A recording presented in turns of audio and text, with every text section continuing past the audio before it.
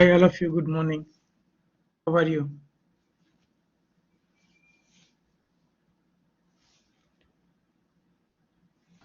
Good morning, Good doctor. morning. Everything good with you? I'm fine as well. Thank you. Hello, good morning. Hello. So, are you excited Hello, to good start the morning. course? Hello. Yeah.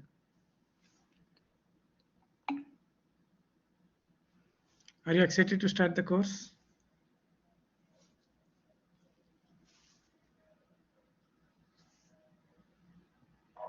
Yes, very excited. My first Okay. course Yeah. in English. Very nice. Okay. So, we are going to study the statistics for business, and let's start with about the course. Let us see what are we going to see in the during the coursework. So, we'll have 10 sessions. Each session will last around 2 hours, and our objective is to learn to take decisions based on the research data available to us. If it is not available, we have to collect the data. So at the end of the course, you should be comfortable taking some research data, analyzing it, taking decisions based on the data, not based on our feelings, right? So the statistics is all about that. Taking a good decision. A good decision means based on the research data. And during the course, I ask you to participate. I want this to be more interactive as possible, because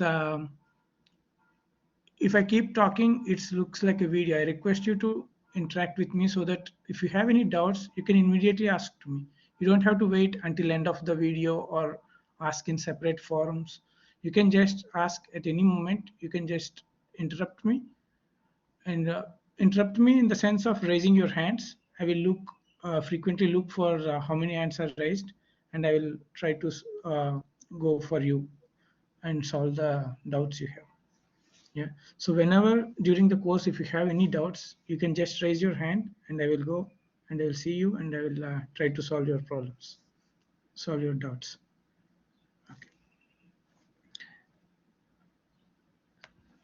Now let us see. Let me explain a little about myself. I'm Suresh Kumar Gadi. I am from India. I was born in India, and I studied my bachelor's in electrical engineering, and I did my master's in sensor systems technology, also in India, and then I did PhD in Mexico. I did in Mexico City, and the institute name is Sinvestao. It's a Centro de Investigación. I did a PhD there, and during my bachelor's degree, I was working in Larsen and Toubro Limited. It is a construction company. I was working there as a site engineer, and then I moved to Schlumberger. I was working there as a field engineer, field specialist actually. Um, and then during my masters, I started working in Honeywell. In Honeywell, I was test engineer. My objective is to test a lot of hardware products they make, and then also I have designed some hardware tools for the factory they have for HVAC controllers. And recently, I started working with Sigrama, Industria Sigrama. It's a Mexican company. I work there as a head of the research and development unit. The research in the sense of engineering side of research, not the research like statistical research. It's in the development of new products.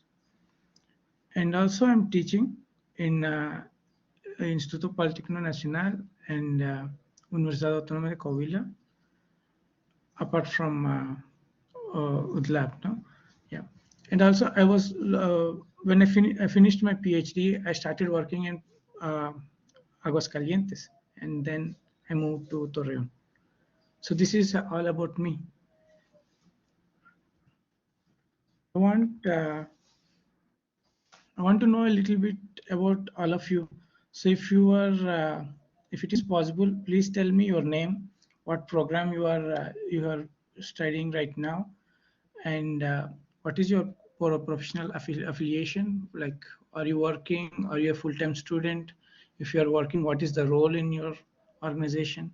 If you can explain a little bit. And next question, yeah, did you ever use statistics in your decision-making process, a little or more? Or how intensively did you use? You can give like little perspective of yours, your decision-making on statistics. So ever used statistics? And then I want to know if you have any software background. I mean, are you comfortable using any of these softwares? Excel, MATLAB, Python, or there are other softwares like R. There are a lot of other softwares you can do mathematical analysis.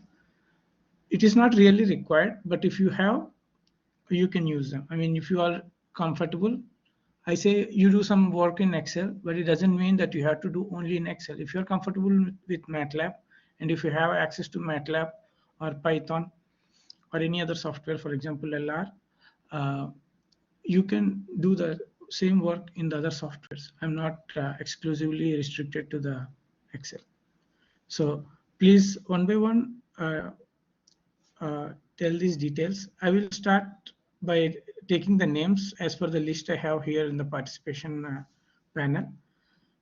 So let's start with Adriana Gonzalez, please. Hi, yes, can you hear me there? Yeah, I can hear you. Perfect. Well, my name is Adriana Gonzalez. I'm 24 years old. I'm from Mexico. Well, I study international commerce, and now I'm studying my master in international business. I'm a full-time student. I'm also a student of English in United States right now, and just that.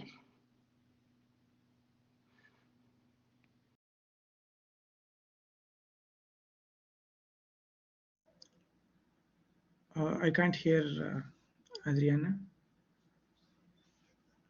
I don't know where, but I'm a student right now of my master, and I study my degree in international business. I'm also a student of English in United States. That's pretty much about me. Okay. Did you ever use statistics before? I think so. I think I do. Okay, very nice. And are you comfortable with any softwares like Yes. Excel? Yeah. Okay, Yeah. nice. If not, I will try to learn how to use it. Very nice. Okay. One question before I continue to the next person. Are you able to see the screen I'm sharing? I'm not actually sharing the screen. I'm sharing one slide. Can you see the slide? Yeah. Yes. Okay. Very nice. So let's go with the next student, Claire. I'm sorry if I'm pronouncing your names wrong because I'm a little bad with pronouncing the names. Yes. Claire. Yes, I'm here. Yes. Yeah, please. To present myself, so I'm from France, and I'm an international student here in Mexico. So I'm doing my master degree, my last year of master degree, double degree with my French university and with UDELAP in international management. So so it's more general, but I did a few internships in business development and marketing sector. So I think this is more my professional career, and I did use statistics before, but I don't have a big knowledge of statistics, and I don't even have a big knowledge in software. I used Excel, but I don't know MATLAB or Python, for example. Okay, thank you, Claire. Anyway, it is not really required to learn MATLAB or Python. I'm saying if it is there, it is good. But knowing Excel is sufficient for this course. So if you are comfortable with Excel, so you are you will be very comfortable finishing this course. Not a problem. Yeah. Okay. Now let's go to Claudia. Claudia Catalina.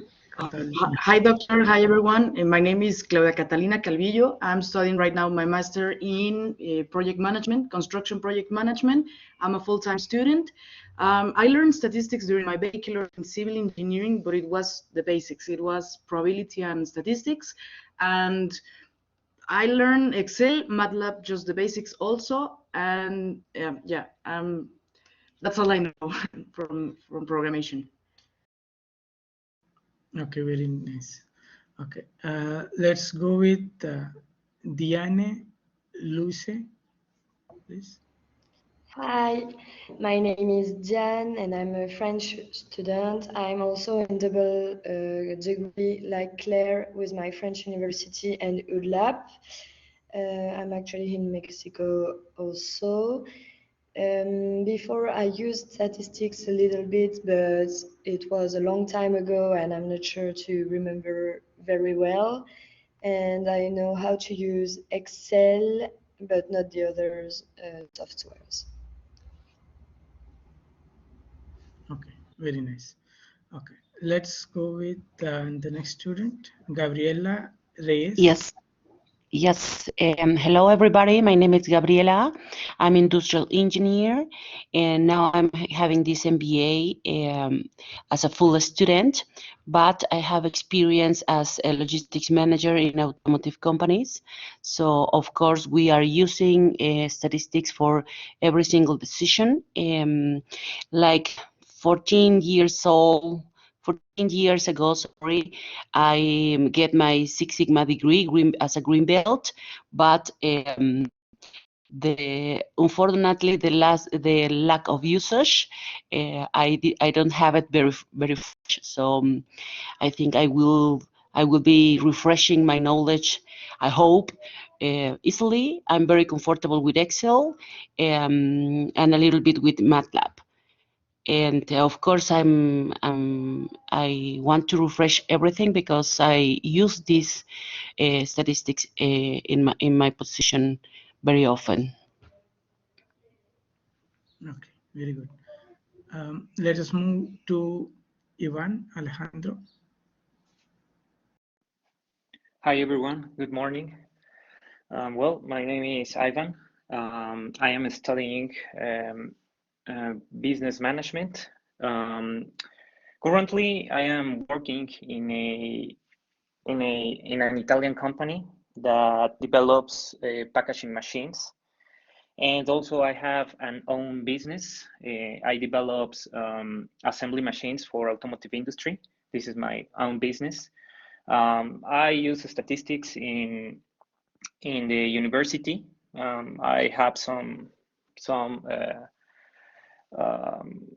subjects about statistics. Also, I used in the university MATLAB in a subject that was called numeric methods. So I am familiar with this software, but to be honest, I am more comfortable with Excel. So this is my background. Thank you. Okay, thank you. Let's go to the next student, Jose Antonio. Hello everyone, my name is Jose Sosa. I'm studying international management on my master. Right now I'm working on outsource that it's a contact center. So I'm working on the human resource part. And right now, on my actual position, I'm really using the statistics for know how many people there are hiring daily, how we need to improve the classes that we are going to have more people on the specific classes that we need to fill. And actually, on my actual position, I improved how to use Excel. It was really good because I have like the basic knowledge, and right now, like I think I have like a little bit more, and it's really easy for me to use. That is very nice. Let Thank us. you. I didn't understand one thing. You're working and you're organizing the classes. You said I didn't understand quite right. Yeah, it's because I work on an outsource on a contact center, and we work for different companies from the United States. So we call the classes, but it was for different companies that we are going to give the training. Okay. Yeah, I got it. Thank you. Let us move with the next student, Natsayani Martinez. Yes, hello. Good morning. My name is Natsayani Martinez. I am 28 years old. I studied a bachelor's degree in petroleum engineering, and I am currently working at the oil and gas sector since I started my professional career. Mm, I work full-time, and on Saturdays like these days, I am an energy management student, a master's degree in energy management. I had used statistics before, but not really. It's not really a part of my current position in the company.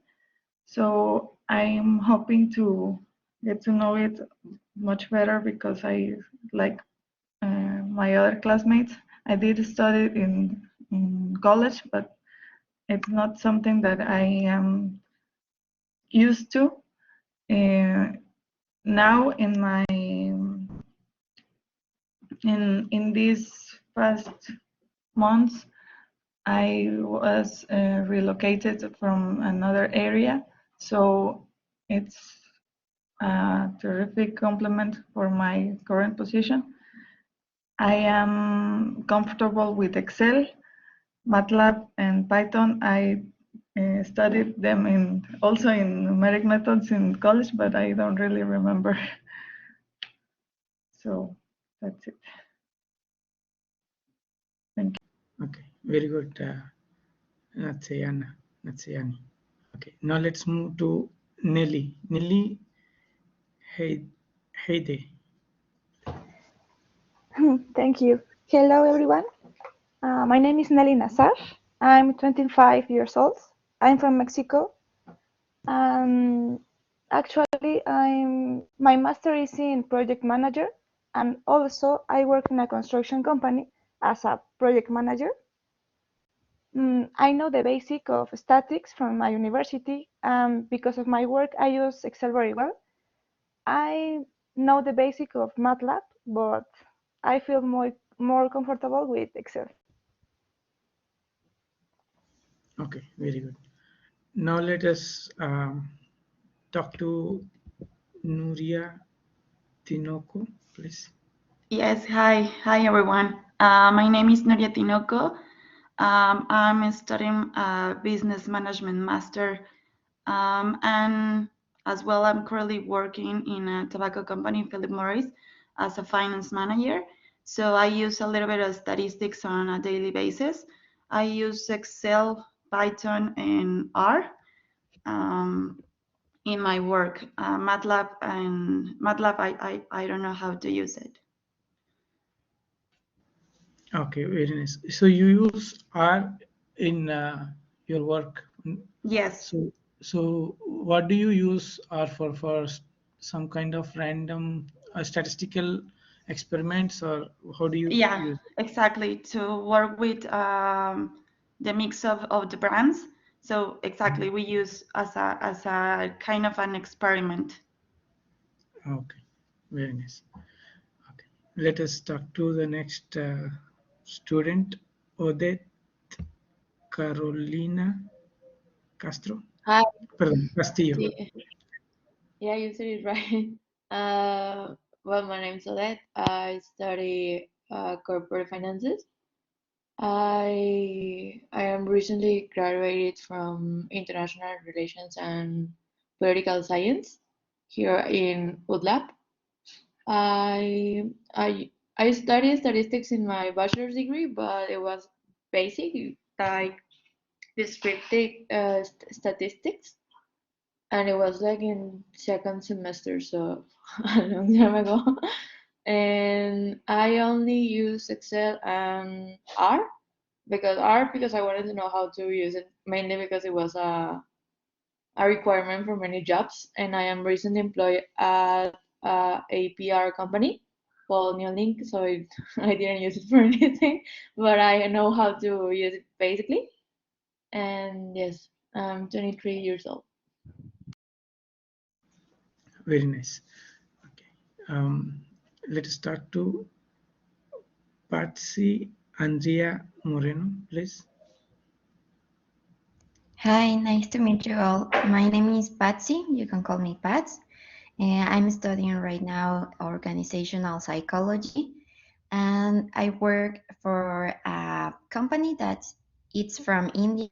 It's called Bayush Future School that gives coding and math classes to kids from 5 years old to 14 years old. And my position there is to supervise 54 um, teaching, teachers, and I currently use a lot of statistics, basic statistics, but I use them, and I know how to use Excel, a little bit of Python, and Google Sheets is the main software I use for my work. Okay, very nice, Patsy. So you use Google Sheet, which is similar to Excel, right? So it's Right. very good. Very nice. Let's talk to the next student, Rene Agustin. Yeah, sure. I'm Agustin Mollinedo. I'm 24 years old, and I'm from Veracruz, Mexico. I'm also a civil engineer by TESOL Campus Puebla, but I'm in construction project management master's degree at this university. I'm a part-time student because I'm working at the City Hall as supervisor in infrastructure department. I think I know statistics because in my career I took similar subjects where I learned statistics, but I don't know. I can learn more.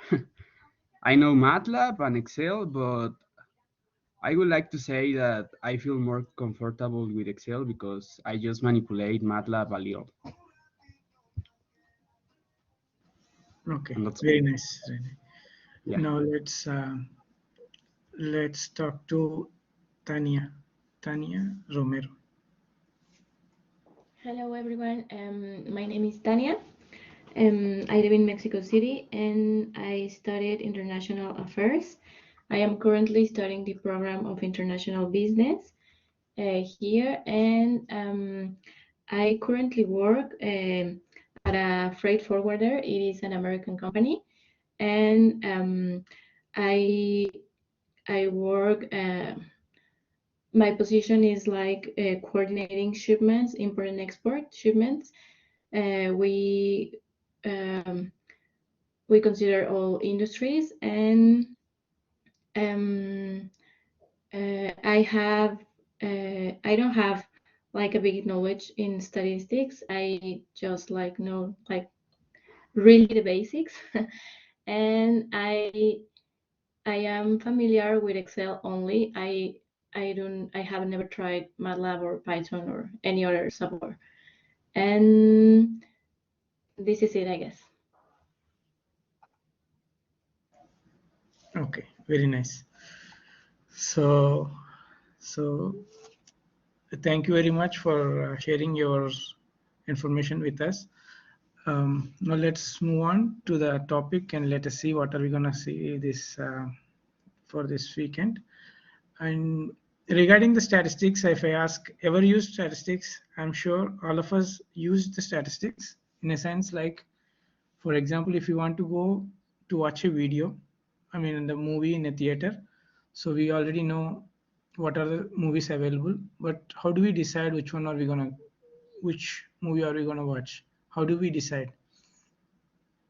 So for example, if I ask you what video are we going to watch, what if let us say what are the movies available in the theater, let's say let me see what are the movies available in theater, and how do we decide which movie are we going to go. Cinepolis, see the movies available. So we have, for example, Halloween Kills, Addams Family, Black Box, and I don't know other names, Paw Patrol, Venom, El Mesero. So which movie do you want to watch? Which video would you like? Which cinema would you like to watch?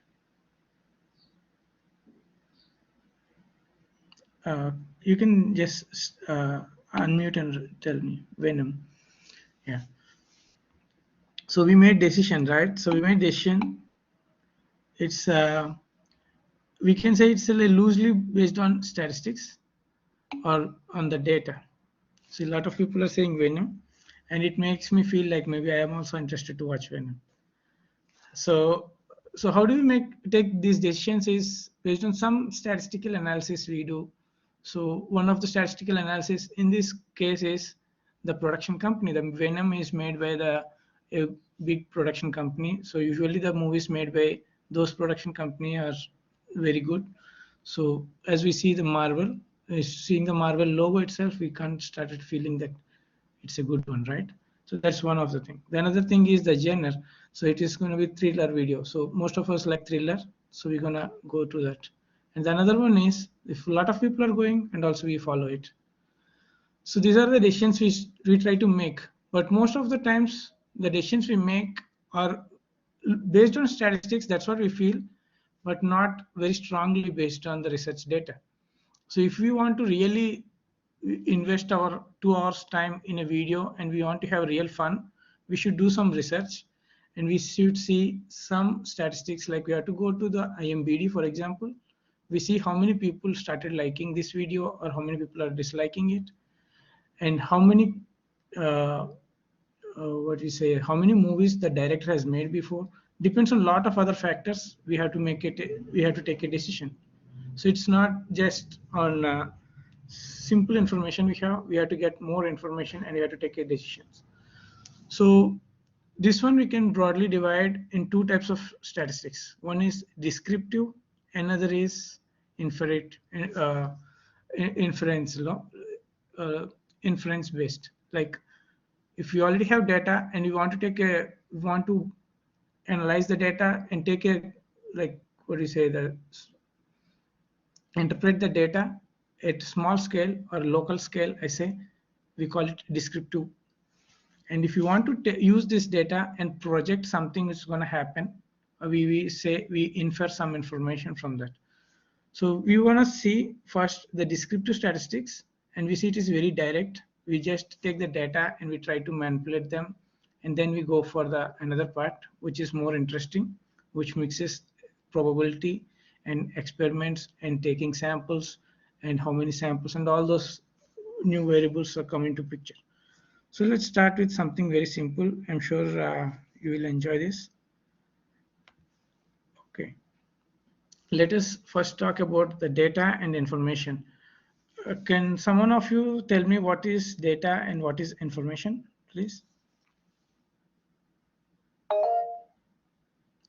Yeah, Patsy, please. Well, I think data is talking about more like numbers, and information is talking about like general knowledge. It could be how people buy certain things or why. I think it's that. I don't know. In a certain sense, it is right. Let us see if there is anyone else who want to add any more thoughts to this. Does anyone else want to add? What is data?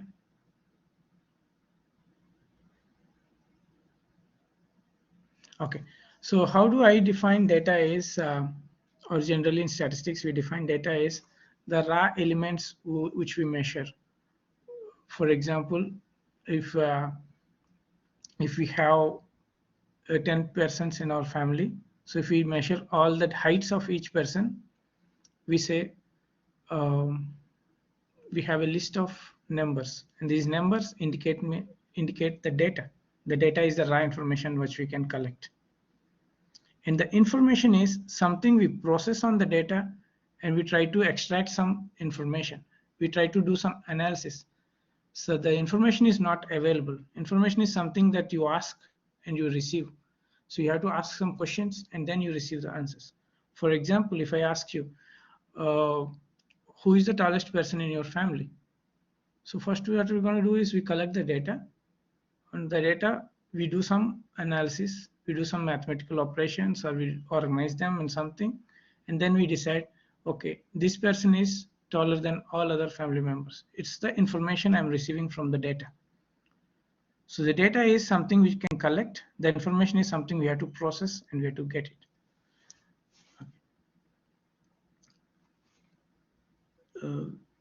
Okay, and then levels of measurements. When we say we measure something, we have different levels of measurements. So the different levels we can say like this: nominal, ordinal, interval, and ratio. For example, what is nominal? Let us see the definitions through some kind of examples and try to understand. When we say nominal, these are like something with names. For example, if I want to collect the information in a family of the names of the persons, so I'm going to say what is the name of each person. I'm going to write on a paper. This information or this data, I call it nominal. And if you want to have another information, another level of measurement is the ordinal.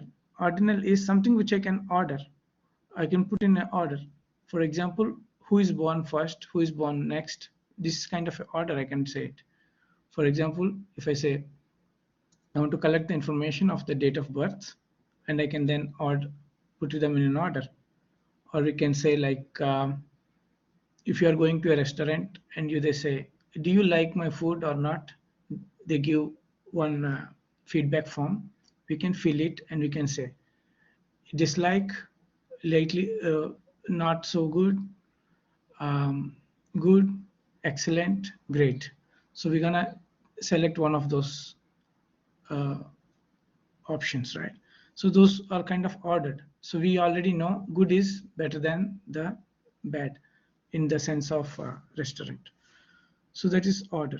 And the interval is something we have order, but the difference between each option is having same distance. For example, rate me how much you like the same food, but you given a scale of 1 to 10.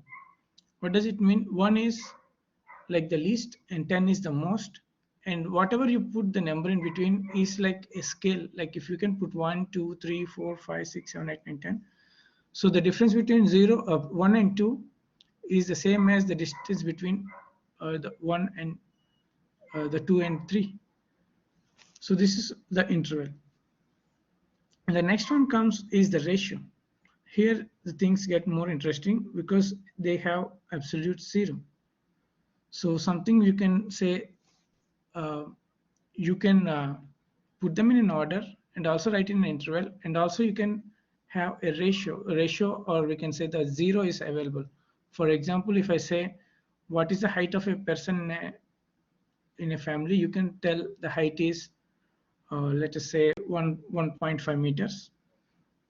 Okay, the height is 1.5 meters. So there exists a zero. So you already know he is taller than the zero portion, that certain level. But if I say in a restaurant, if I say like I didn't like this food, the minimum I can go is 1. I can't go below the 1. I cannot say 0 because the 0 is something which is not available like a constant for rating a restaurant. For example, if you go to restaurants and you can't have a common basis between these two things. So you can rate one restaurant and you can rate another restaurant, but you can't make a comparison between both restaurants. So the ratio is a variable which is more interesting for us, and it gives more information.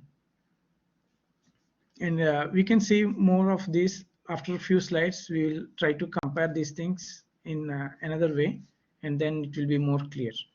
Yeah. Okay. So let us see what is descriptive statistics. That's what we will start our focus on.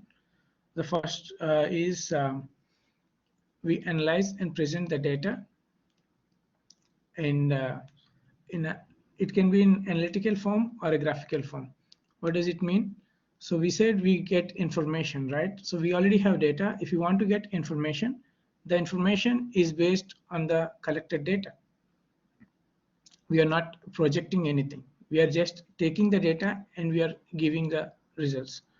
Again, I'm going to the example of the heights of the family. And if I ask you, tell me some information like, for example, who is the tallest person? You can say. What is the average height? You can say. But you can't say what's going to be happen to the person who is going to born next year, his height when he is 20 years old. You can't tell that because that's not what we are doing. So we have some data. And if I ask you, please tell me what is the height of a newborn baby after 10 years. So that information is not directly available, and this is not a part of descriptive statistics. Descriptive statistics is something like we have some data, we can answer questions based on the data. Another example I can give is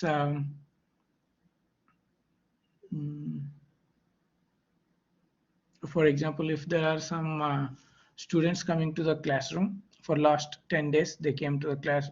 Let us say there are 10 sessions. We have 10 sessions, and if someone asks me, how many days did, for example, Patsy came to the classroom?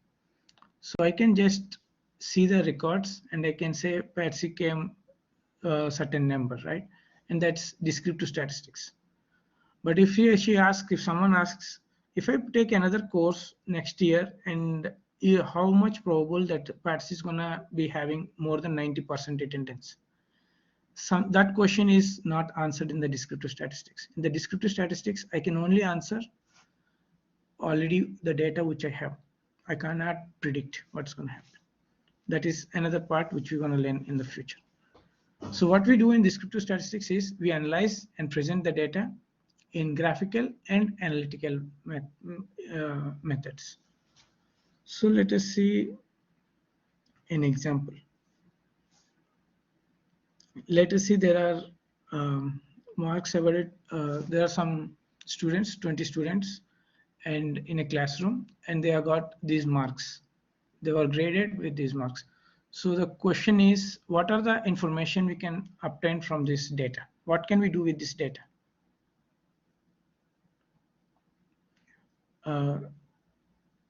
Can someone tell me what we can do with this data?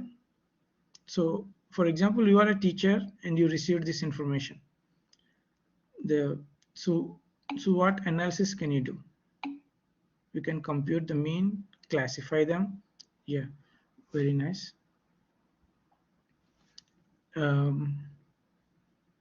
So what is a mean? Average. Mean means the average. That's right. Okay. So all these things, we call them the descriptive statistics. So let us see the measures of central tendency. The measure of central tendency is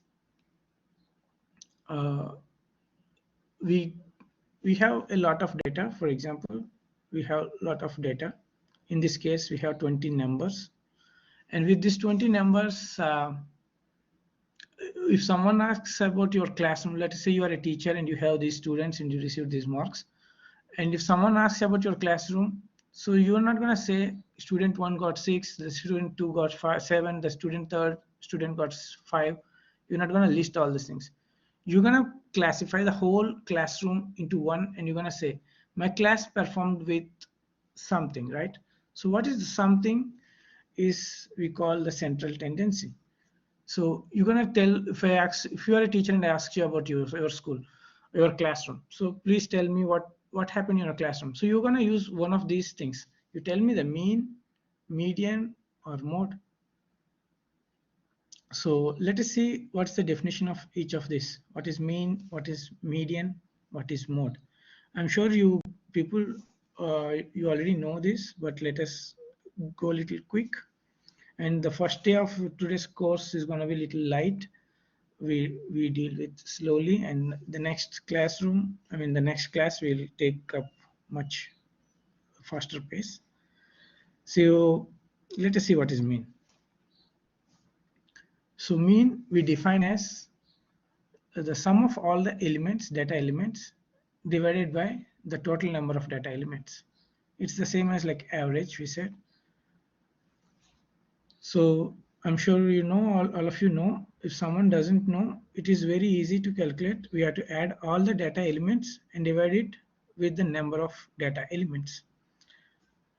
Okay, what is data element? I'm saying is the individual data we have.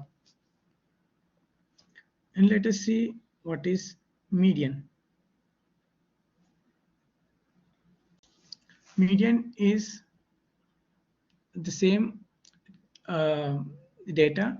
We can, instead of having in the random way, we organize them in an order.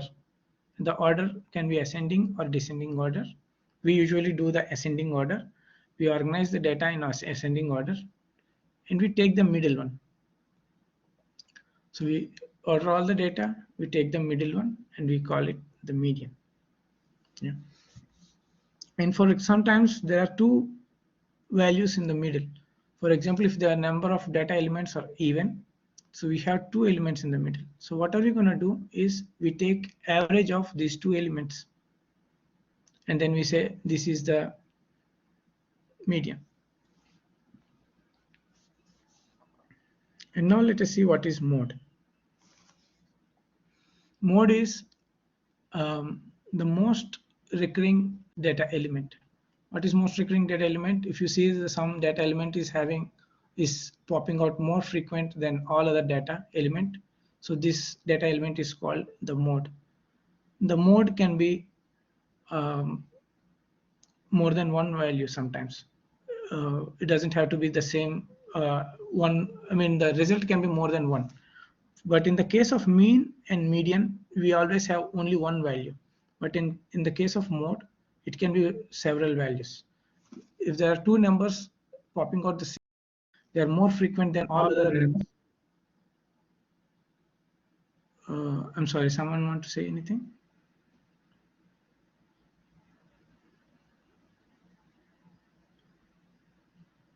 Okay. Yeah, if two numbers are more frequent than all other numbers, then we can have two modes. It's not a problem.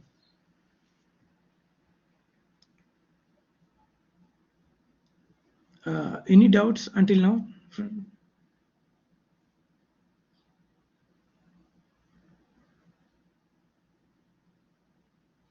No doubts. Okay, let's try to see. No doubts. Okay, very nice. Let's try to see some examples. I'll share my screen and let us see some examples, and help me out with solving these problems.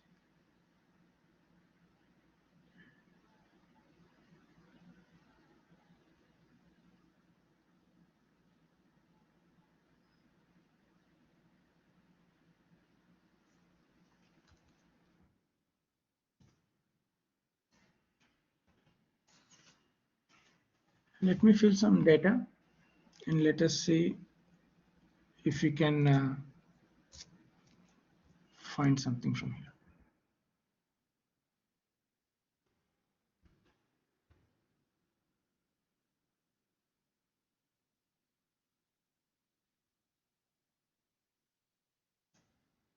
For example, this is some data we have.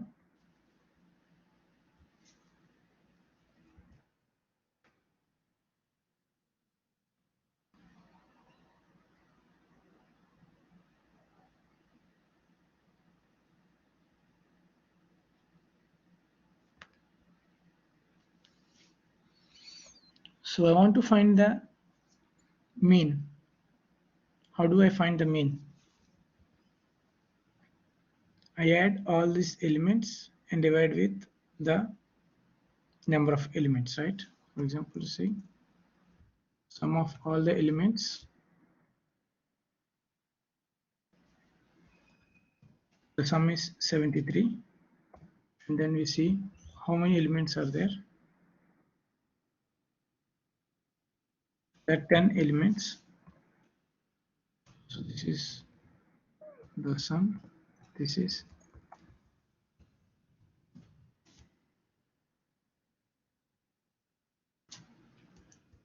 the mean is 73 divided by the 10, which is 7.3.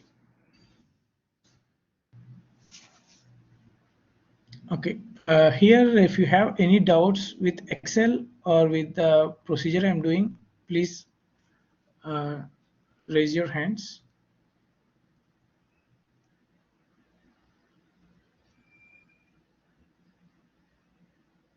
No. Okay. You can also talk because I'm not sharing, I'm not seeing the window. So if you have any doubts, you can just interrupt me by talking, no problem. So now let us calculate the median. So what is the first step I have to do? Please tell me what I have to do for calculating the median.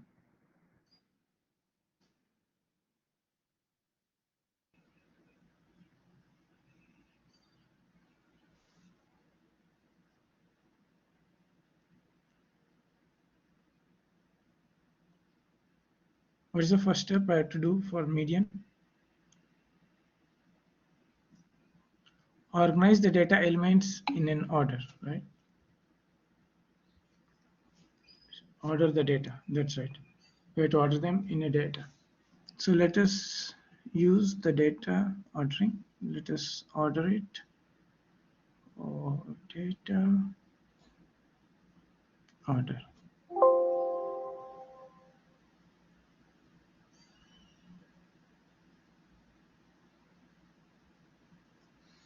Okay. I used the Excel properties to do that, and I ordered the data, and then I take the middle one. Here, let us see what is the middle one.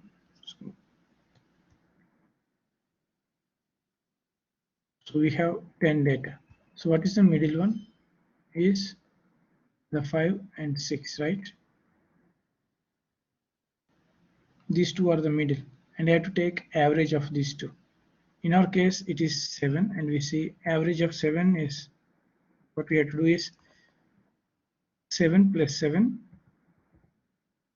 divided by 2. It is going to be 7. So the median is 7. The next one is the mode. Okay. So how do I calculate the mode?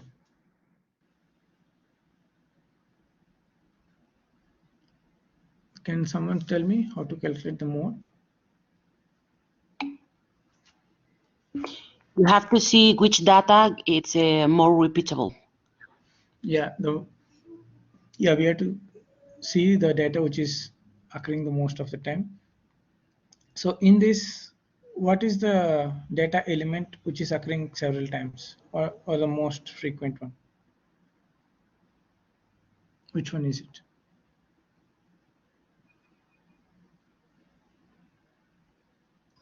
We have three modes: the 2, the 4, and the 7. Yeah, we have 3 modes. So it's not just one number. We have to say there are 3 modes: 2, 4, and 7. So the answer is, the correct answer is 2, 4, and 7. That's right. Yeah. So because 2 is coming 2 times, 4 is popping 2 times, and 7 is also coming 2 times. So all other elements are only 1 time. So these 3 numbers are the mode. So this is a descriptive statistics all about. But if you see the data is less, it's very comfortable to do. But once the data is more, we have to organize the data in a better format and all. Let's try to see this by the example. But before that, let us continue with another part. let us see this. So what are the operations we can do on the different types of levels of measurements we have? So for example, if you have nominal, for example, if you are only collecting the names, you cannot talk about the median or mean, because the names you can't organize in ascending or descending order. And you can't tell which one is the middle, right? So all you can do is the mode. You can see if there is one name which is repeating several times in your family, so that is the mode of your family name, or you can say like the names. And if the data is ordinal is if you could organize the data in an order, in an ascending or a descending order, then you can find the median. So you order your data and you take the middle one, and we call it the median, right? And if you have intervals, here is something interesting. If you have intervals, so what's happening is the difference between the first option and the second option is the same as the difference between the second option and the third option. So you can take a mean of it. So you can like have an average. So what is the use of this is, for example, if you are watching videos and you want to rate the videos and you want to help others to analyze, so you can rate from 1 to 10. So if I go to IMBD, let us see an IMBD and let us see how it is doing with how the venom is doing.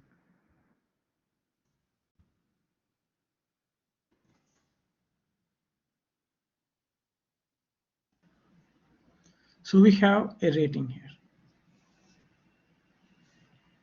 So we see 1 to 10. So the internal mechanism is the difference between 1 to 2 is same as the difference between 8 and 9. So from this we can start doing average, and we can give an average rating to the video. For example, this is the ratings given by all the IMBD participants, and the average is 6.5. Yeah. So when we are collecting the data in interval form, so we can observe the mean, we can calculate the mean, and we have in ratio. Apart from mean, median, and mode, we can do other stuff, including multiplication, divisions, those operations. Yeah. Okay. So this is about data measurement. And now let us see an example, and I request all of you to solve this and tell me the answer right now during the classwork. It's simple one. Please take your Excel, or if you want to do with your hand, you can do it. Take this information, take this data elements and come up with this information, mean, median, and mode. If any one of you is facing difficulty, please ask me. I will try to help you.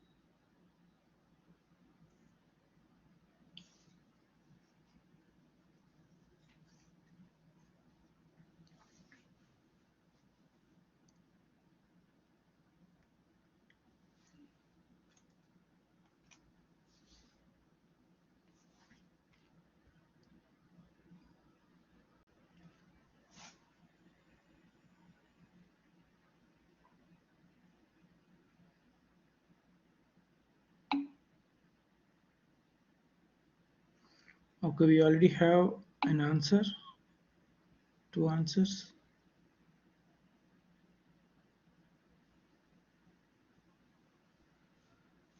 So we have 2 answers already.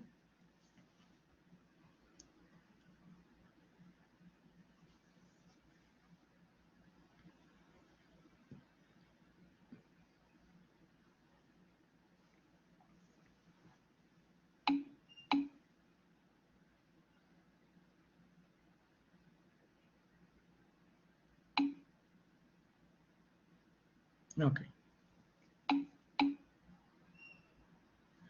Okay, so I see all of you has done the work. So now raise the hands, the students who are facing difficulty to solve this.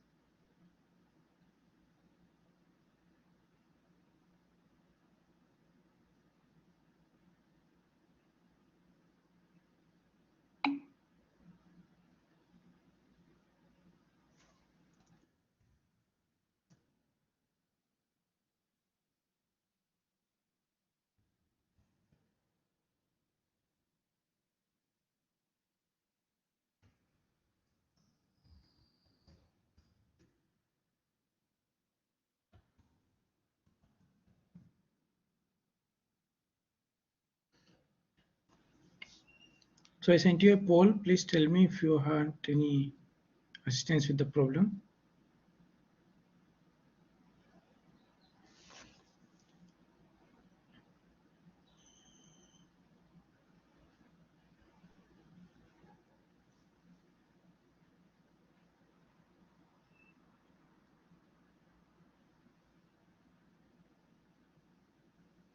I sent a poll. 5 of you have answered. The remaining, please answer it.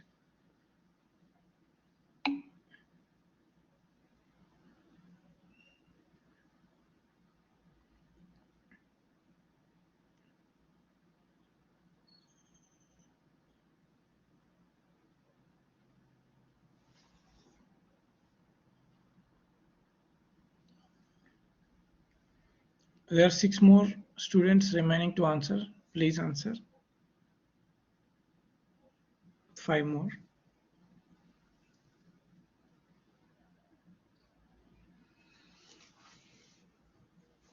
Okay, I see majority of people doesn't want explanation. I think it is clear.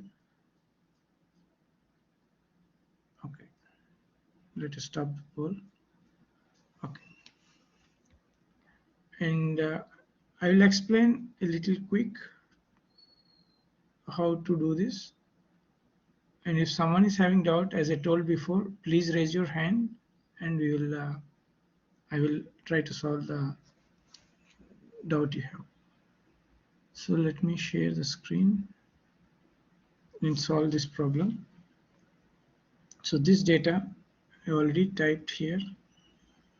I don't know if you see it now. Here. Here is the data of the 20 students. So how do I get mean, median, mode? We already know by doing the example, but in Excel we have another option, or we can say the function. Let us try to exploit the functions they have.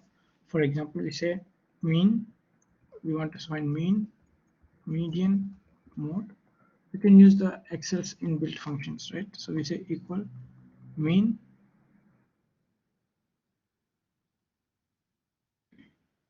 so there are 3 means: geometric mean, harmonic mean, trim mean. So let's go with the average. So what we want is average. We get the average and we select this. And we say the average is 6.85, and the median.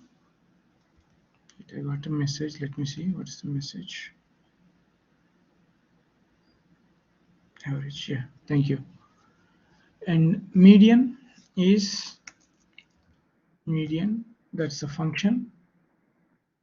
If you have your Excel in Spanish or French, then the functions will be different for you. You have to look for the correct functions on internet. So for English, it's median. It's a median, and we select, and we close parenthesis, and the median is 7. The mode, see, the function is mode. There are 3 different modes: mode, multiple, single, and the other one. So I prefer to use this one because it will give more than one result. When you have more than one result, it will give several results. So I'll select this, that'll do. In this case, there is only one result, and the answer is 7. So the correct answer is, you have rightly got the correct answer, and the correct answer is 6.85, 7, and 7. And for example, if we see here, let me apply the same formulas here and see what happens. So the mean is, this is a previous example we did, and we say mean, the average of this we get 7.3, and the median we get 7, and the mode, for example, if I see the mode, this one, let's see what happens. It gives only the first one. The first one is 2. But if I use the another formula, let me use the other formula. I'll get all the modes available, 2, 4, and 7. That's the correct answer, we know it. Yeah.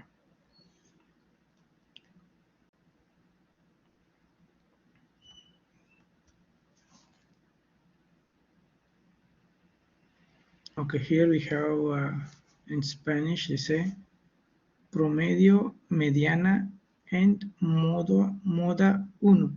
Moda uno, as I told, it gives only one. Maybe for several, maybe there is another function.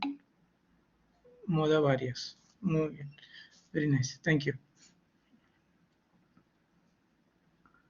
Okay.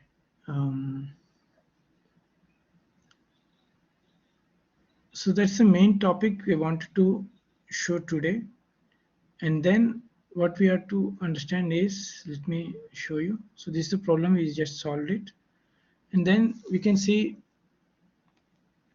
from this example, we can start observing the problem, like the requirement of visualizing and organizing the data.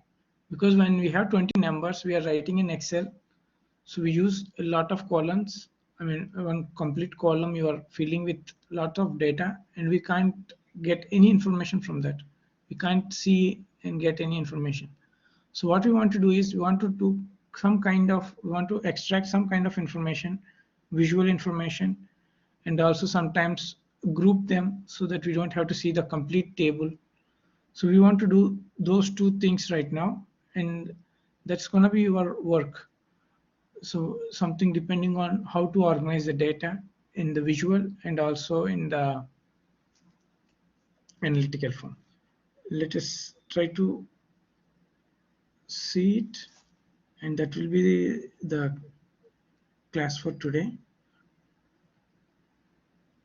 Let's try to, let me share the screen again. Let's try to organize the data.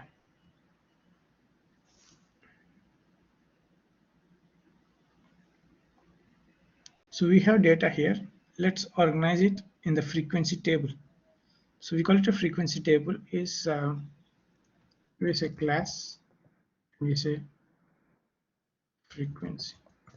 And in the class, let us say the numbers, and we write 5, 6, 7, 8, 9, 10. Actually, it starts from 4.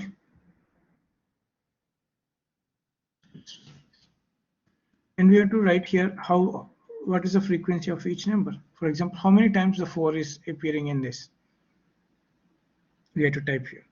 How many times the 5 is appearing here? We have to type this. So I got a message. Okay. So how many times the 4 is here? I think I saw it more than once. It is 1 here, 2 here, right?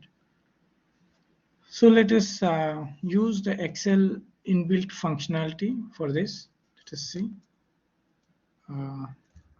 Count if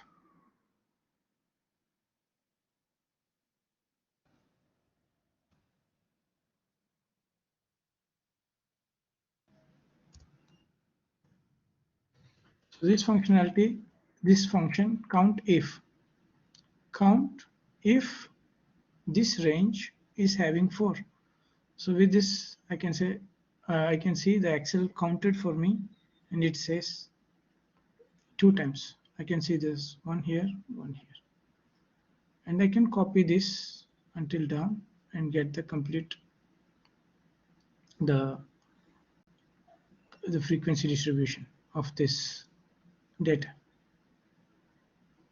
The 4 occurred twice, 5 occurred twice, 6 occurred 4 times, 7 5 times, 8 4 times, 9 2 times, and 10 once. Yeah. So this is a way of organizing the data. So if you have 20 or 2000, so this information is something you have in front of you and you can see it clearly and you can understand it. The same thing is happening here. If you see this is a frequency distribution from 1 to 10. So the 10 is given by this many members, the 9 given by these many members. This is the rating obtained for the Venom movie, and this is the frequency distribution, right? So we get arithmetic mean and median. Okay. So what I can say is from this we can go plot the data similar to this. Here he is plotting with the bar chart horizontal lines. I usually prefer vertical lines, but it depends on each person's preference. So let me see how can I draw it.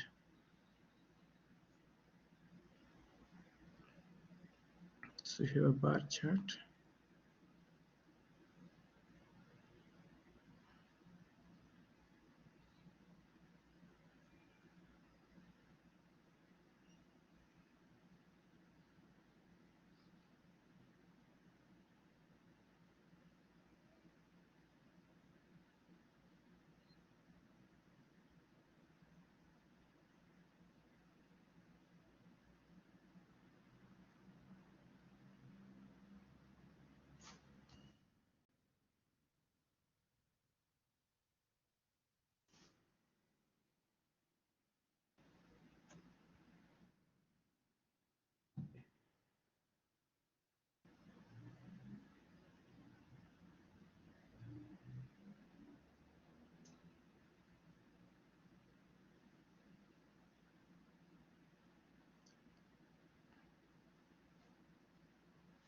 Okay, this shows the 4 is 2, 6 is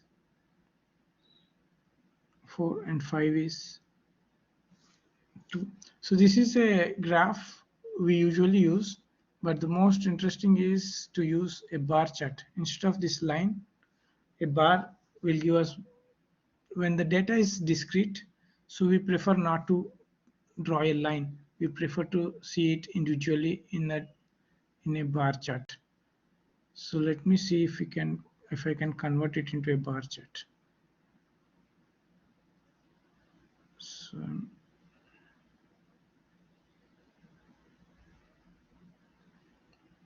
I see, but it's coming.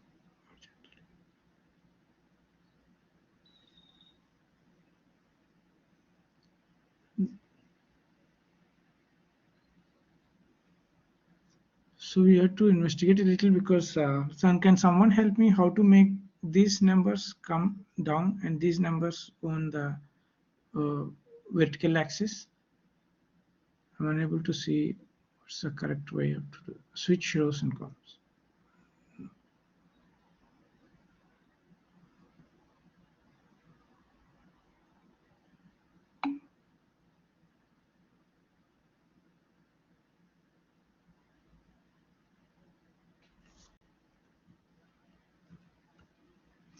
You need to enter to select it. You need to enter to select it.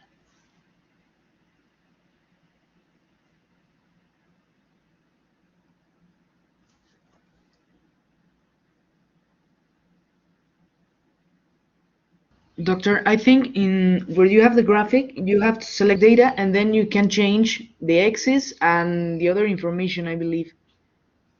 Okay, you mean like this?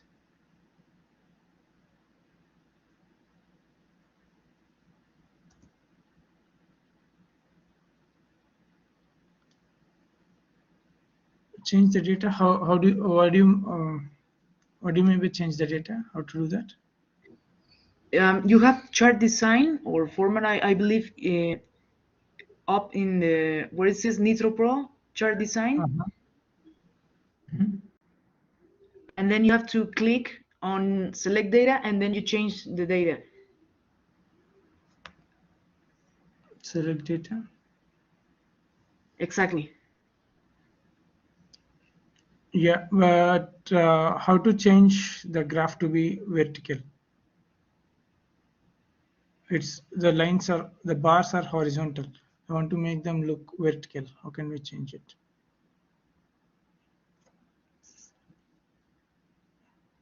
I think I have to change this. I understand what you say. Maybe I have to do first. I have to select the correct graph, and then I Professor, have to do.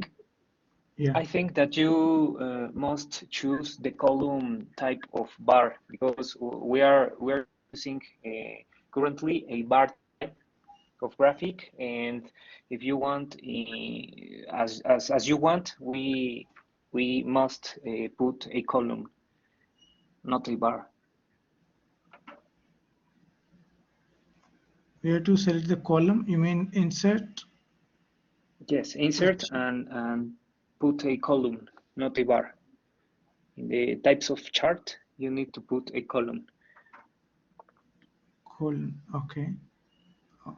So this one, right? Yeah, I got it. Right. Thank you. Thank No you. problem. Yeah. So as you see, we need to try several times, and it is possible. All we have to do is look into it. Yeah. So thank you very much for helping me out with this. So this is the chart. I like it. So you have to continue doing it until you see the graph the way you want it. So thank you for helping me. And this is data visualization. And apart from this, we have some other way of visualizing. In your homework, you will see that, and you try to solve this. I'm sure you can do it. If you have any doubts, please send me messages through the forums or through emails. I'll be available. So this is I wanted to tell for today. And in the next class, what we are going to do is we want to apply this the central tendency to the frequency distribution, the frequency tables. Like, so we have, once we have the data in this frequency distribution, we can extract the information of mean, median, and mode from the distribution tables. So this we want to see in the next class, and then we try to go to the other parts like finding the variance, covariance, and other information, other analysis, statistical analysis. So do you have any doubts until now, students?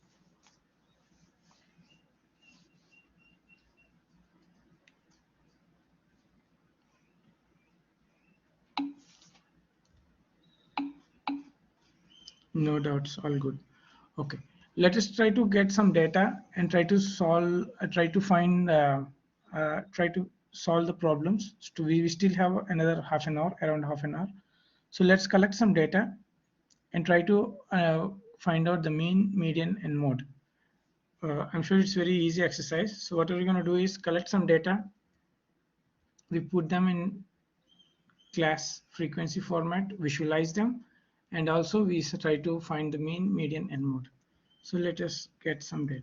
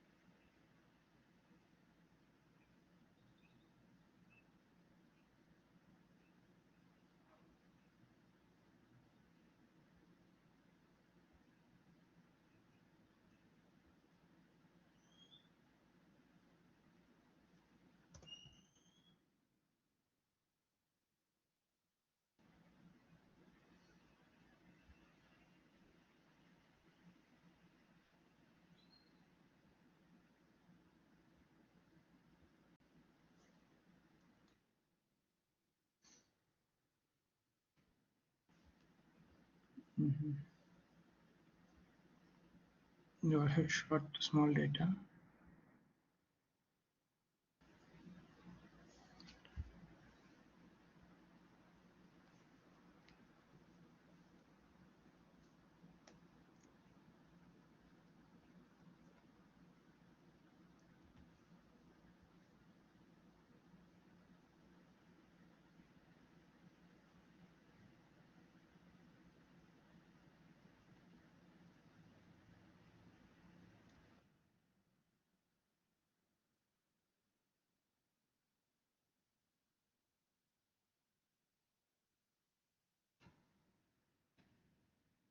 So what data can we collect?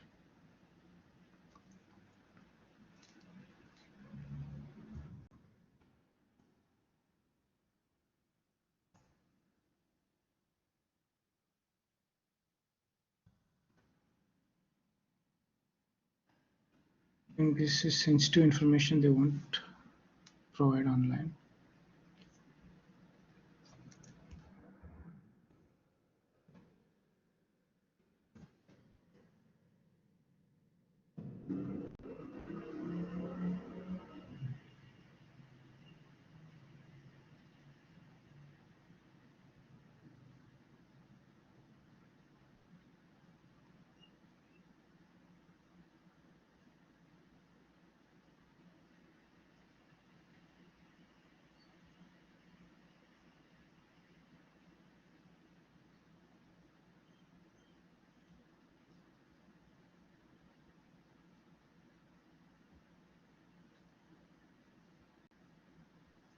So for example, let us see this Titanic data.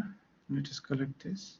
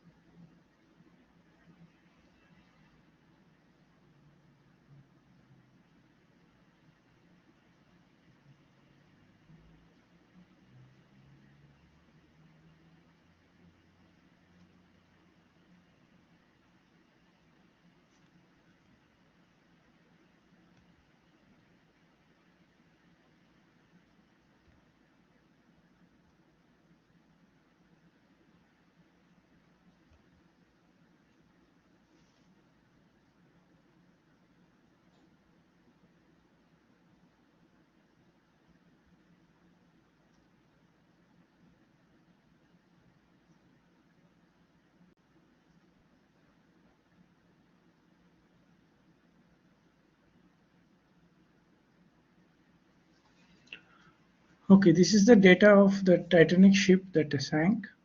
It is showing several information, and let's try to get some descriptive analysis from this. So let's say this is a passenger ID. Did he survive or not? And what class was he? And what is his name? What is his gender, age? I don't know what is this. Okay, this is the fare, and this is the cabin number. Okay, this information is available in this website. You can see it later. But for now, let us see with this information if he survived and the class. Let us see which class people survived, and also we can see with the age and also with the sex. So let us extract this information. Let's take a new Excel sheet. Sex, age, passenger class, survived or not. So from this I can say how many males, how many females are there in the Titanic ship, and I can say how many males were survived, how many females were survived. I can get all this information, right? So let me put them in a proper format. Let us say male, female, frequency. How many males are there? I'm going to say count if in this range, this male. So got message.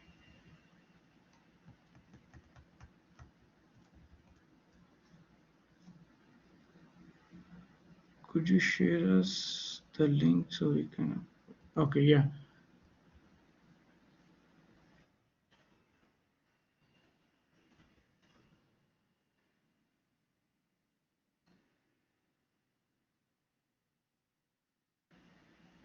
I can also share the file I'm working on so that you can directly, you don't have to log in again. So how to send a file here?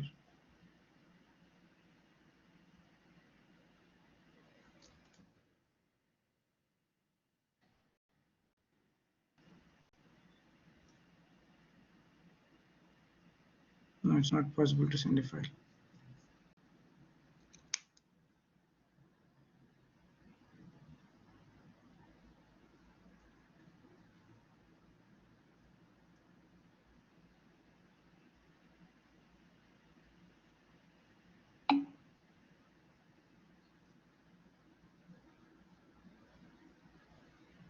Yeah, I'll upload to the Blackboard, yes.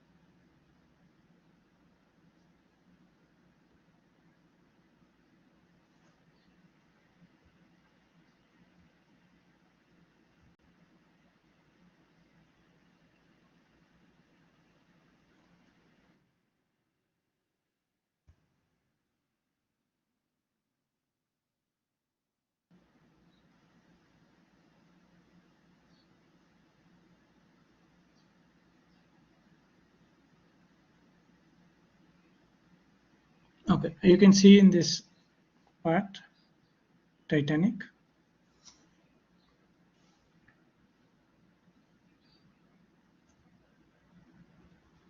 And here I can say how many males and how many females. For example, the females are, just copy paste here. So survived and not survived.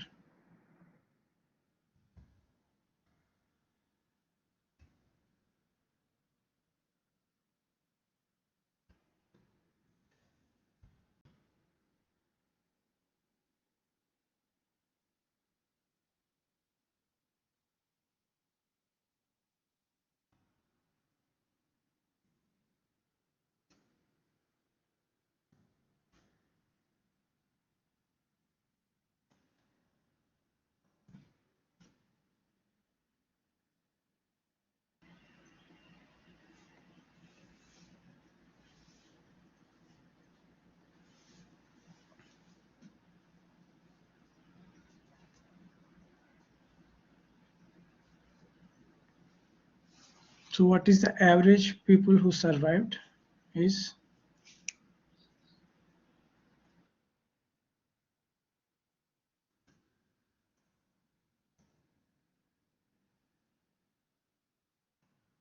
mean of survived people.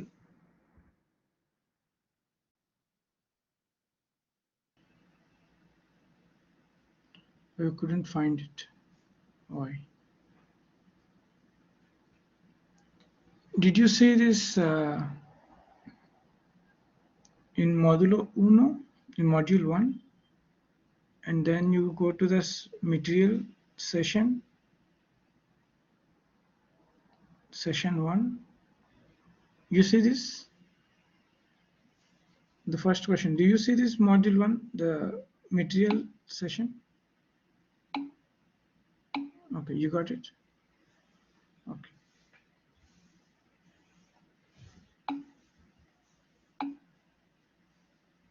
Okay, very nice. You're welcome.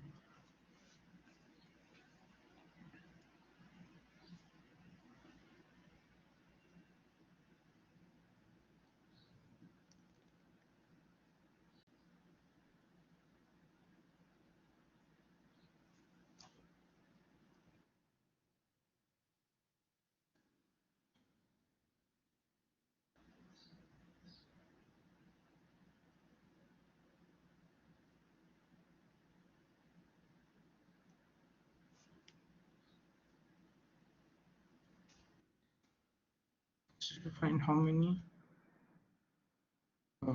mean of survival.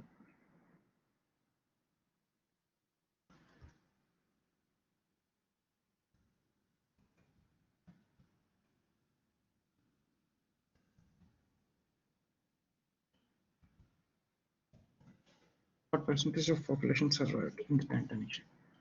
So we can say survived divided by the total, right?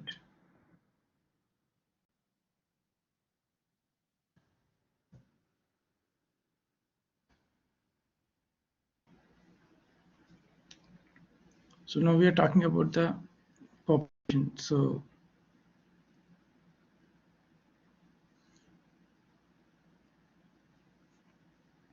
around 38% population survived.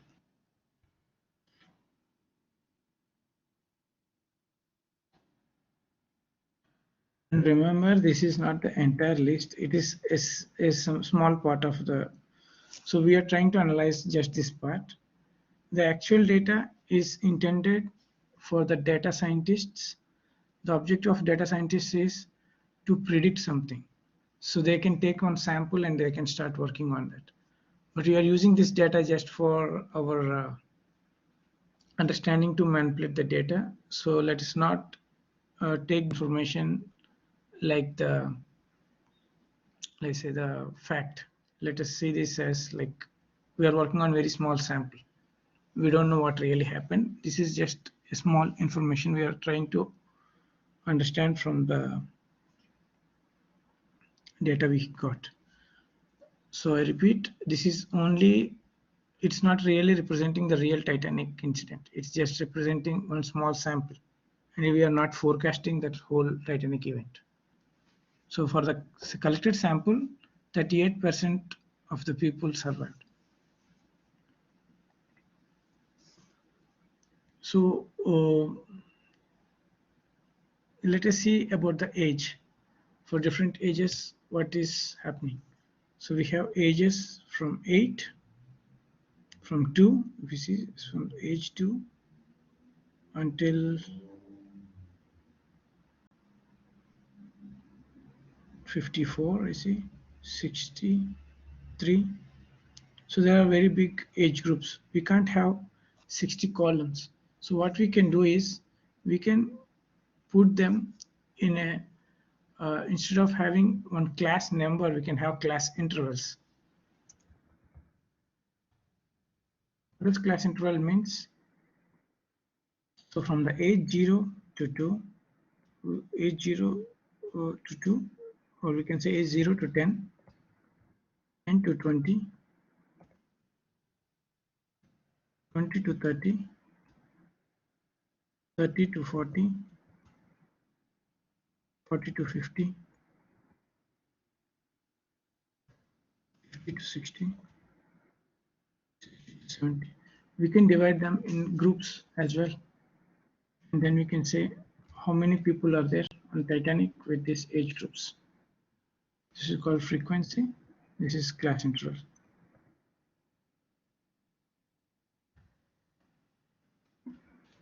This is lower.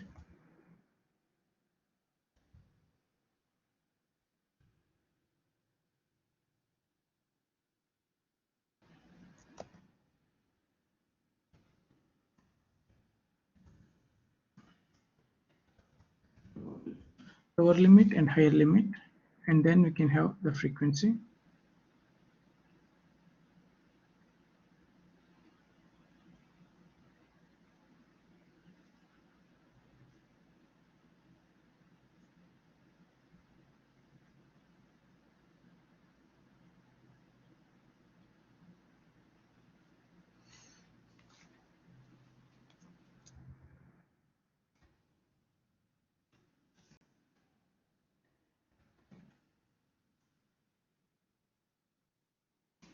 Okay, so generally when we do this, the lower limit we include and the higher limit we try to exclude it. So what does it mean? So when we say 0 to 10, from 0 to 9.9999, because the 10 is available here and also here, right? So we try to include, if there is some person with age 10, we try to include him in this part, not into the upper one, we into this one. So how do we say count if? Count what? This number of people, count how many are there. We can say the count this.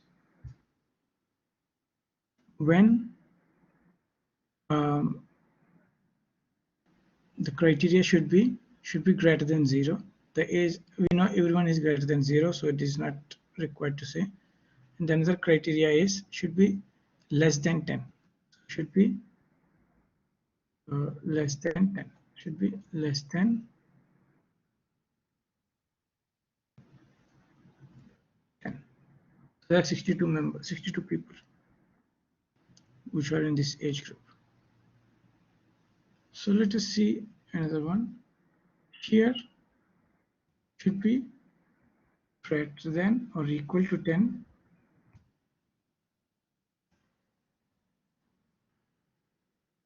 But less than 20. There are 488 people. And here should be greater than or equal to 20, but less than 30. There are 166. Here it should be greater than or equal to 30 and less than 40. Instead of, oh sorry, what is the problem?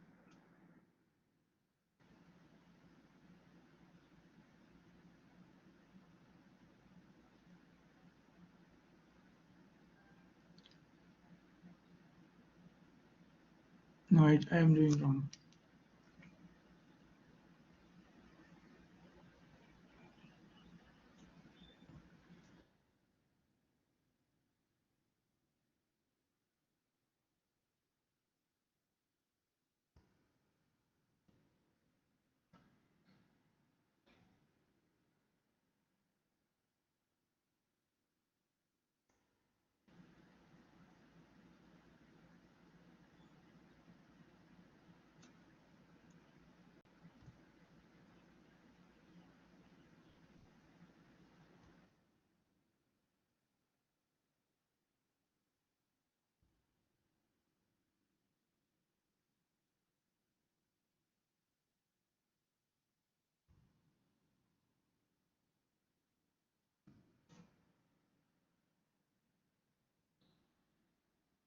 Less than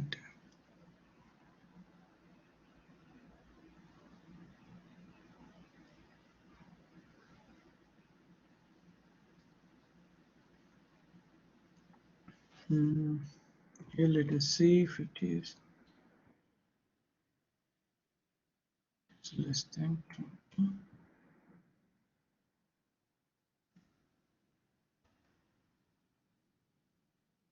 Less than 30,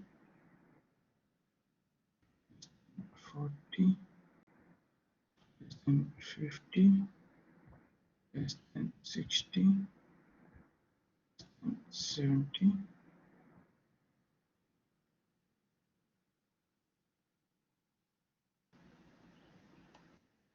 There are someone more than 70 as well, I guess.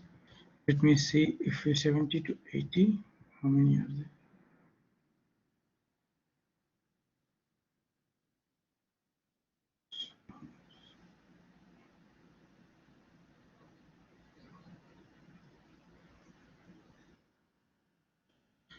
The problem is not everyone is having the age.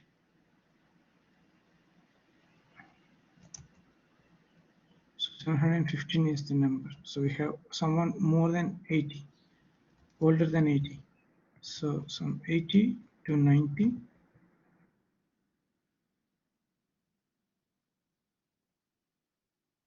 Okay, that's right. So we have this information. This is called cumulative frequency.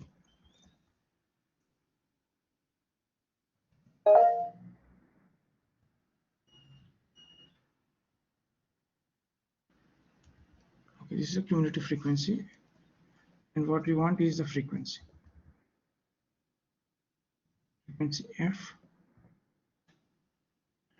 This will be, this number will be this one minus.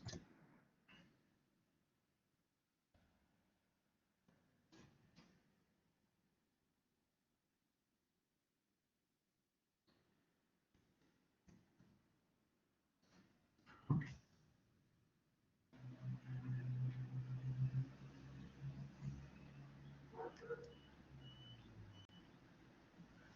So this example is something which I have not prepared for the class, so it was like took a little longer to understand. So I think now we have a little clear. I'm sure a lot of you didn't understand, didn't follow what I did. So let me explain again. So what I'm doing is,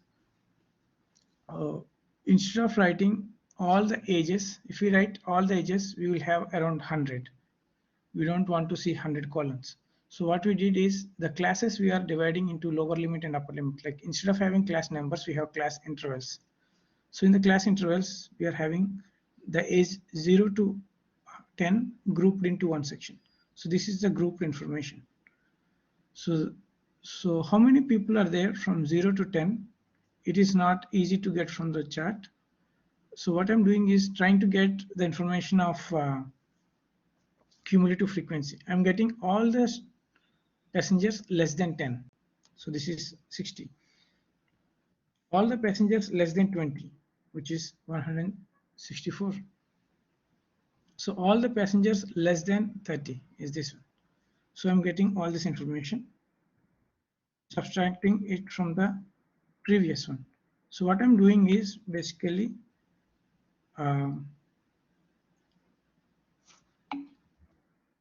I'm getting message. I'm not sure if it's here. Here. But if the higher limit is same as the lower, we can repeat the data. No, we can't repeat. So that's what I'm saying. If we have higher limit and lower limit, so what we're going to do is, if for example, let us say if there is a person with age 10, so we have two options to include in this one or in this one. So what we do is we include in the second one, not on the first one. The higher limit or the upper limit is not included. The lower limit is included. So this actually goes from 0 to 9.9999, not the 10. The 10 is not included. So here we can say 0 to 9. Since this number is, we have discrete numbers of age, we can put it like this: 0 to 9, 10 to 19, 20 to 29, 30 to 39, 40 to 49, 50 to 59, 60 to 69, 70 to 79, 80 to 89. But it is not possible when you are using some continuous numbers, because continuous numbers may go 9.99, right? So where are we going to put 9.99 if we are blocking it at 9? So for this reason, what we do is we put here and here the same number. The lower limit of the next row is equal to the upper limit of this row, but we don't include that number. So that's the unwritten rule we use. So for in this case, we don't have a problem because we are dealing with discrete numbers. The age we are having is 9 and 10. We don't have 9.5, 9.6, so we don't worry about it. So we can just write like this, and this is the rule. And if we apply the formula properly, I didn't apply properly, but if you apply properly, you can get the frequency. But for not to confuse a lot, so I'm getting the cumulative frequency first. How am I doing is counting all the passengers less than 10 each, all the passengers less than 20, less than 30, less than 40, less than 50, less than 60, less than 70, less than 80, less than 90. So I got the cumulative. So how many are between 10 and 19 is all of cumulative frequency minus the previous one, because we want to remove this 0 to 9. The same thing happens here. So this is the information we are receiving from this from this, what you call this, frequency distribution. This we can plot this. Let me plot this, but instead of plotting the upper limit and lower limit, what am I going to do is take the middle of class interval. The middle of class interval, or the center point of the class interval, again it should be from 0 to 9, but I'm going to take 10 because that's going to help me get the numbers more rounded. Because if I say 0 to 9, the center point will be 4.5, and which is not correct. The center point is 5 because we are taking from 0 to 9.99, right? So let us consider this way, and we can say 15. So what I'm doing is average of, or we can say just adding this one with 10. So there are several ways of manipulating the data. You just try to put some effort and you will understand it. So what I'm going to draw is the bar chart between these two. So let me, like the column chart as you suggested me. Let us go with the column chart. And let me see. This is the distribution. From this we can say the persons between 20 and 20 and 30 are the most, or in this case I'm saying 25, but we know it is the interval is from 20 to 29, right? So this is the mode is somewhere here. So but we can calculate the mean, median, and other central tendency, other information by some analysis that we are going to see in the next class. Now we are seeing only the data representation and try to visualize them and try to get some information from the raw data, but from the frequency distribution we will see in the next class. Do you have any doubts, students, until now?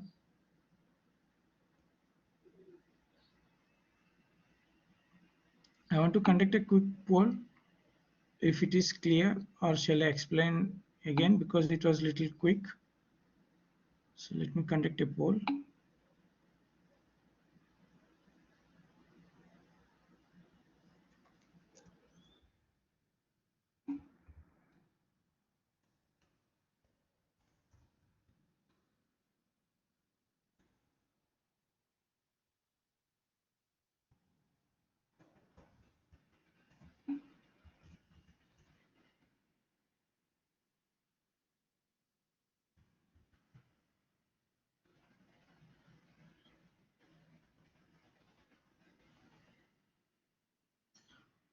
I have a poll. Please tell me if it is clear.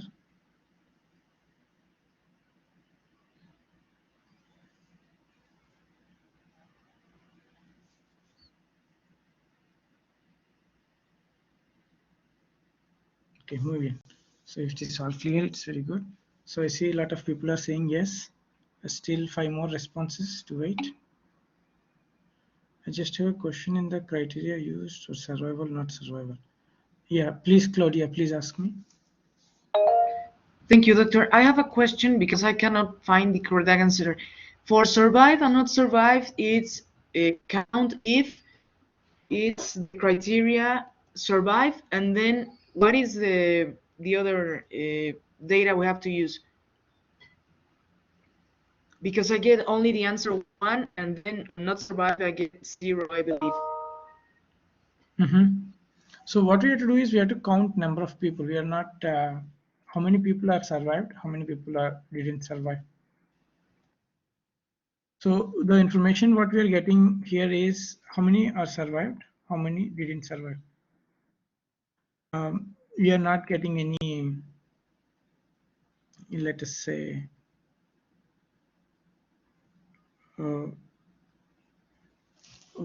this is the binary data we have. We can't get any, let us say, what we call survived and not survived. Let me take you to the slide. Let us categorize into this. What type of data is it? Nominal, ordinal, interval, or ratio? What do you think it is?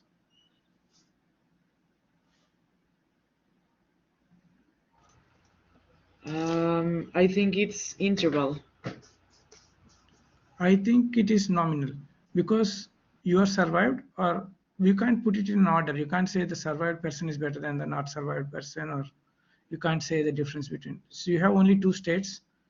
Are you male or female? Are you survived or not? It's like it's a nominal, right? It doesn't have any, you can't put it in an order.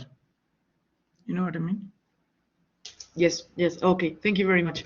So we can only calculate the mode. We can't go for average, mean. We can't do any of those things. We can only just calculate the mean mode. I mean. So we can say, so most of the people, unfortunately, were not able to survive. So that's a mode. The mode is they were not able to survive. A lot of people died. So then we can say, we can ask the next question is how many people survived, like what percentage of the people, right? So I try to calculate the percentage. So I can't calculate the mean from here. Oh, okay, I got it. Thank you very much. Yeah, you're welcome.